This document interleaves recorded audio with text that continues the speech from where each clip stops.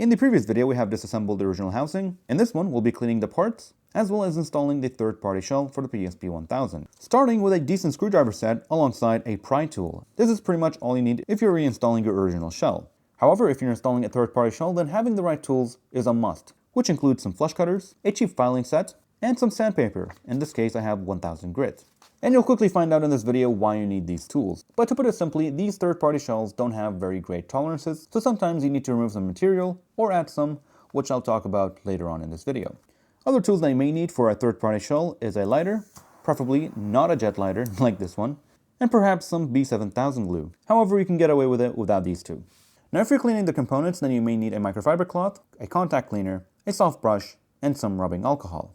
And finally, if you're looking to fix your noisy UMD drive, then you may need some dielectric grease and some machine oil.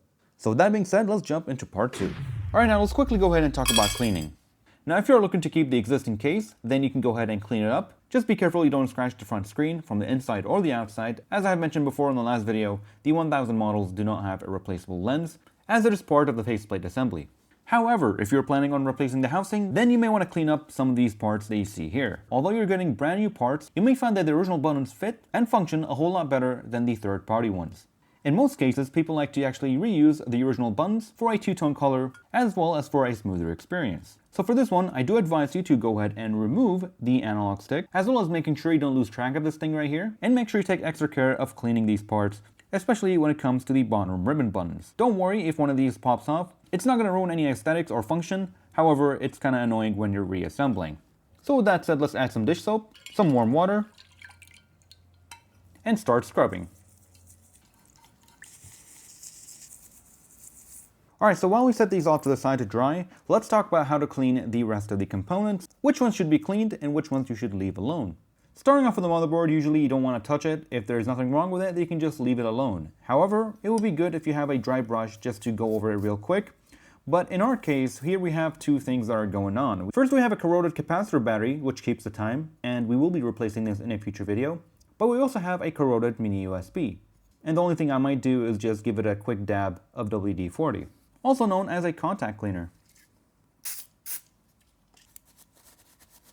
Now if your battery looks like this and you have a soldering tool with the right confidence, you can go ahead and remove it right now to replace later in the future.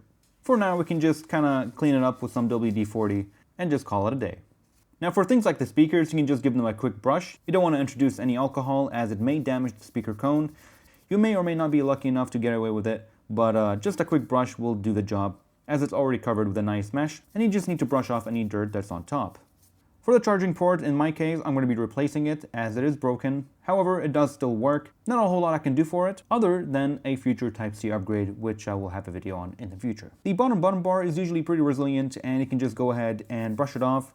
You could use some alcohol to clean it up, but honestly, if it doesn't need it, no need to move the dirt that's already on the inside. If the buttons click properly before you disassembled it, then you can just leave it as is. The mid frame could be clean like this one, or it can have a little bit of dirt on the outside. Just a quick brush over will do the job, just to make sure none of these dust particles will leach onto the screen later on once it's reassembled. The same thing goes for the RF shield. Not a whole lot you could do. You can also give it a quick brush over. The Wi-Fi antenna is usually pretty clean on these things. You can set that aside. As for the Wi-Fi memory card headphone jack module, you can also give it a quick brush over. If it's corroded, apply some WD-40. Not a whole lot can be done for this one. It's pretty clean already, so you can just leave it as is. As for the UMD, you can also give it a quick brush over. Now, your unit may be good, or it might be in a pretty bad condition. Ooh. As you heard earlier in this video, it was pretty noisy, so what we can do while it's opened up right here is go ahead and lubricate it. Here I have dielectric grease and some super lube that I use for my mechanical keyboards. This step is not necessary if you're not going to be using the UMD, but if you do have these things around, might as well do it. We're going to apply some grease onto the rail here, try to remove it around, and we're going to apply some lube to all the various gears. And we can also flip it over, add some right over here, as well as some right here, as well as the rest of the mechanics. Also some right over here, as it already has some. And that should be it. Now if you have applied too much, just apply a little bit dabs here to kind of remove any excess that might spin off into the disc, which will be annoying to clean up later on. but we'll see how much better it performs once we do reassemble it. If it doesn't work out, it doesn't matter in my case, as we are replacing it with an HDMI mod, which will require us to get rid of the UMD drive. And finally, we have probably the most important parts that you want to make sure are perfectly clean, which are the face buttons, triggers, and the analog stick. Pretty much everything that you're using to play the game. Starting with the ribbon cable that you find on the right side, this houses the trigger contact points. For this one, you can just simply go ahead and grab some 99% rubbing alcohol, and go ahead and just clean it off carefully without kinking anything. Make sure all the contacts are nice and clean. Pretty straightforward, and you can set that aside. Next, for the D-pad trigger assembly, we can also give it a quick spray wipe combo.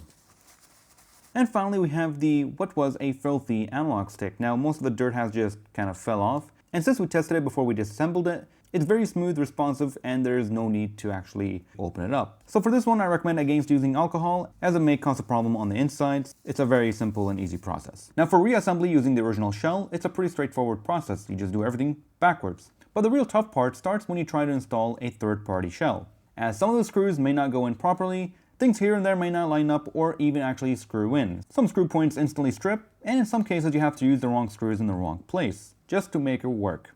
If you are missing some screws on the inside, don't worry about it. For example, the subframe, sometimes some of the screws may not work out with the new case. If you can at least get a couple of them in there, that would be great. If some of them don't go in, it's not the end of the world. As the most important ones are the ones on the back, since it is what sandwiches the PSP back together.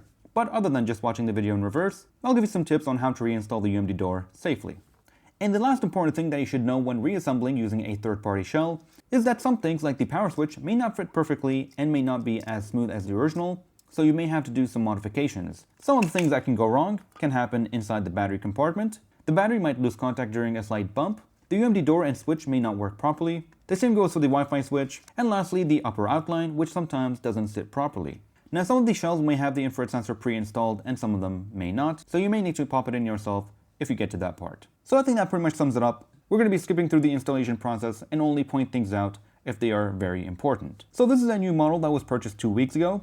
And here's what we get here. So I'll leave links for this specific one, as it looks like it may function better than the one I used for Project Smokey. Don't worry, I will have a dedicated video in the future where I talk about all the third-party housings for the 1000, 2000, 3000, and even the PSP Go. So for now, we're just going to quickly focus on this one right here.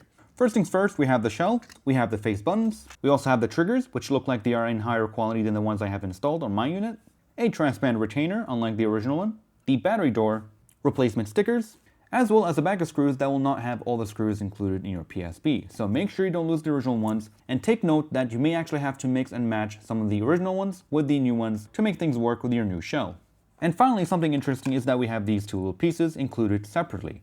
The yellow one here is actually for the power switch, which will sit right here. Now, why is it interesting? Well, with the original one, it's in one piece. Not only that, but what's even more interesting is that Project Smokey also had a one piece, which had me do some tweaks in the form of sanding to make this thing a bit more smoother. As out of the box, it was not smooth at all, and it was very rough.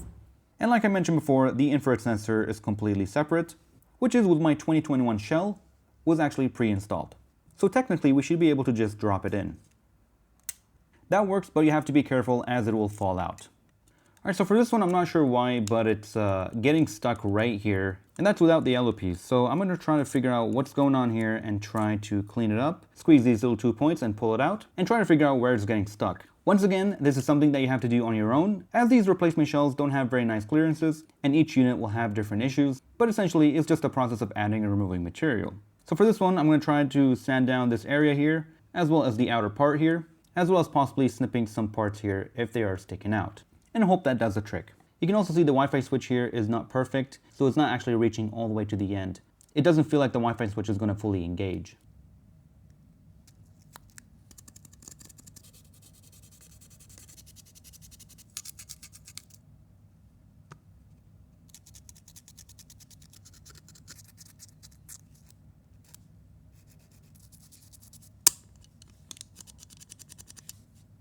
Alright, so I think that did the trick. Now to put this in, I found the easiest way to do it is to have it sit in that little sliver right here so it doesn't bounce out. You can kind of anchor it until it just locks in and it's pretty much good to go. Yeah, that is much better. So when it comes to switches, you get the idea. You just gotta do your own thing until it works. Alright, so I just noticed with this case, it's not very sound. I mean, look how flexible it is. Here's the original one for comparison. It's much sturdier and it doesn't have the bowing top and bottom parts, which are going to be pretty annoying to fix. My solution is to just use a hair dryer, kind of get it to be a little bit malleable, and then you just kind of, fit it back into place.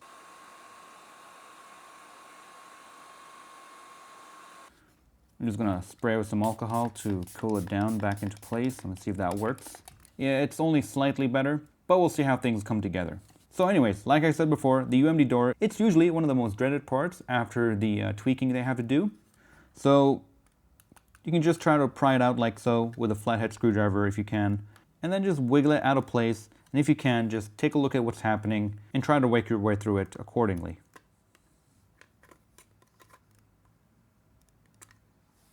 There we go. Now go ahead and grab your mangled little rubber pieces and put them back in the UMD assembly. And here's the mangled one.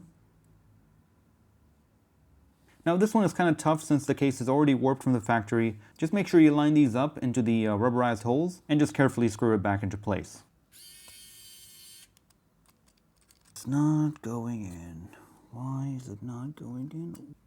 That's why it's not going in. It's got some plastic on the inside. Alright, I will get a needle and try to poke it out, or I will use some heat. I pulled out the screwdriver that I threw in the trash earlier, and this is what I'm going to be doing to it.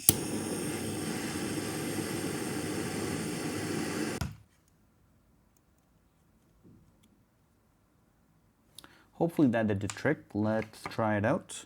Just need it to bite, and the force should do the rest. And while you're doing this on this cheap case, make sure you reinforce it from the back here, as the little tab here might actually snap off if you're applying way too much pressure. I think that is as good as it's gonna get. Just apply a little bit more here. The hinge doesn't sound too healthy. For the UMD door spring, it's pretty straightforward. Start by dropping in the spring like so, and then just pull it into place. Now for the UMD door, you want to start off with the right hinge. Now you have to finesse it in, and depending on what kind of case you have, again, it might be easier or harder to do. One thing you need to take note of, these little tabs right here will have to sit in between these tabs in order to hold. And if they are bent and not straight, then you're going to have some trouble getting it in there. So you want to make sure those are straight. So you want to start off by sliding this in. And let the spring hang outside for now, as we're trying to finesse all of this in at the same time. Again, if it doesn't feel right, don't force it in. All right, so that's in, and then we can push in the left side. As for the spring, we can just pull it in and lock it into place. There we go. Now, if yours is catching on like mine, then you want to look at where it's happening. In my case, it's this little piece. I have to bend it downwards just a tiny bit. It may not be perfect right now until you go ahead and reinstall everything to give this weak shell some structure. So this thing doesn't want to sit properly. We're going to do some more modifications. Now, just to clean things up, I'm just going to give it some flame here.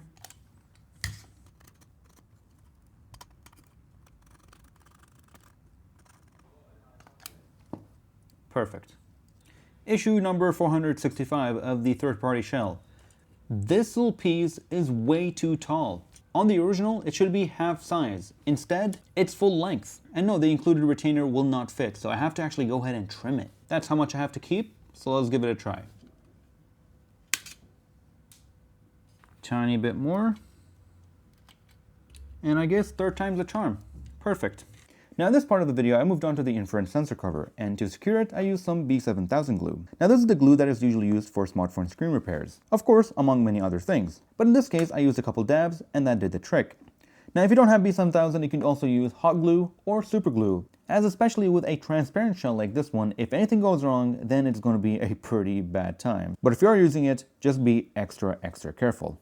So anyways, once that was done, I moved on to the Wi-Fi switch, which I wasted a lot of time on this, by the way. So like with the power switch, there are two parts. You have the shell and you have the switch itself. Knowing that, I started by filing the top of the shell in order to have more reach towards the top with the switch. Because when I tested it, this switch was not fully engaging to the top. It was like 85% there, but not 100%, so it wasn't a satisfying click. So what I decided to do, after filing the shell, and a bunch of filing, and some more shell filing, and what I ended up doing is taking the switch from the original shell and also filing it down. So that's what it looks like before and after.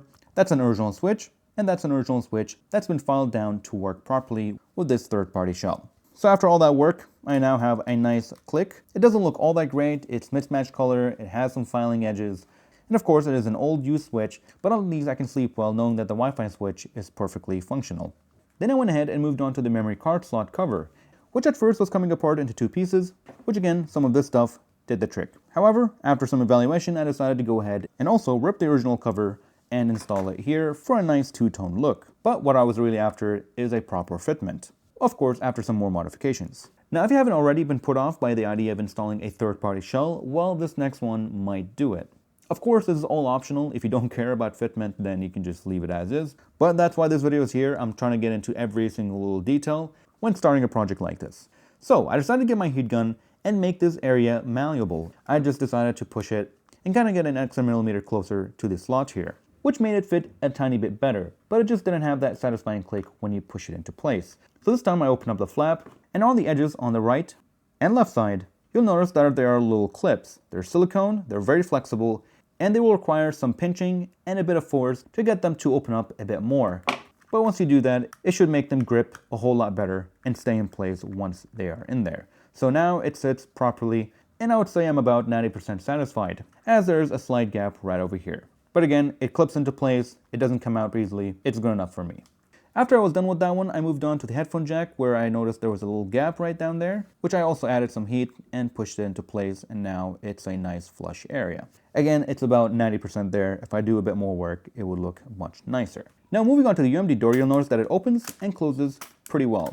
It's nice and flush, and it functions as you would expect. So to get it to this point, I first started with the UMD switch. So the switch has to open up to the right, which pulls in onto this tab. So to give it some more reach, I went ahead and filed down the underside of it, which is the shell, to allow it to open up further. And then I moved on to this little metal clip right here. So this thing clips onto this metal piece right here. And what I had to do is get a screwdriver, and with the help of some pliers, I bent it forwards, backwards, to the point where it's just right. So when it clips in, it's nice and flush and can be easily released and reclipped without too much effort.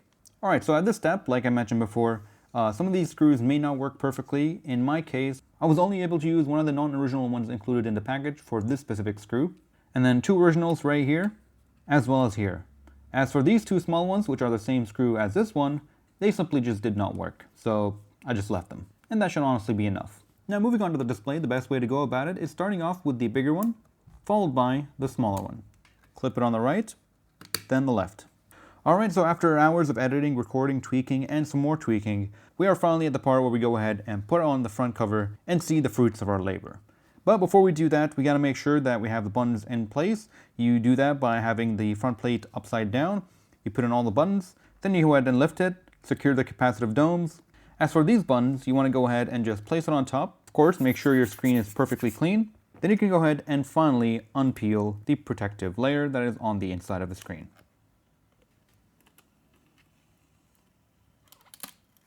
And just drop it right in. Now if you're lucky, it should just pop right in without a fuss. Then you can go ahead and finally turn it over and put in all the required screws. And we're just going to jump right into testing right after we do yet another unpeel. Oh yeah, very nice. What's even nicer is that little plastic piece that made its way in. And here is the final product. So first off, I went ahead and reused the original black buttons, as I think they look a whole lot better than the transparent ones. Not only they give it a nice two-tone look, but they also do work slightly better than the transparent ones.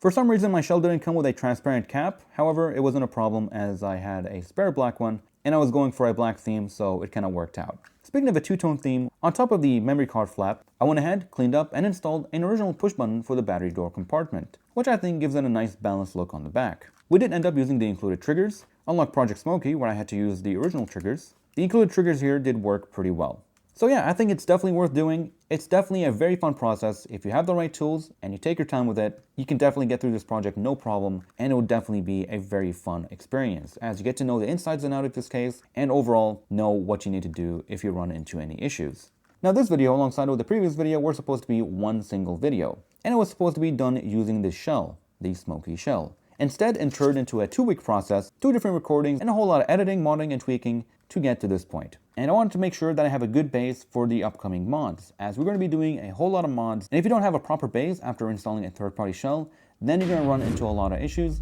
So I wanted to make sure that I cover every single little detail. And I think it was all worth it in the end. So yeah, that is all for this video. If you're looking for the tools that I have used, they will be in the description down below. If you have any questions, do let me know in the comment section below. And with all that being said, That is all for this video, so thank you all for watching, and I'll see you guys in the next one. Take care, everyone.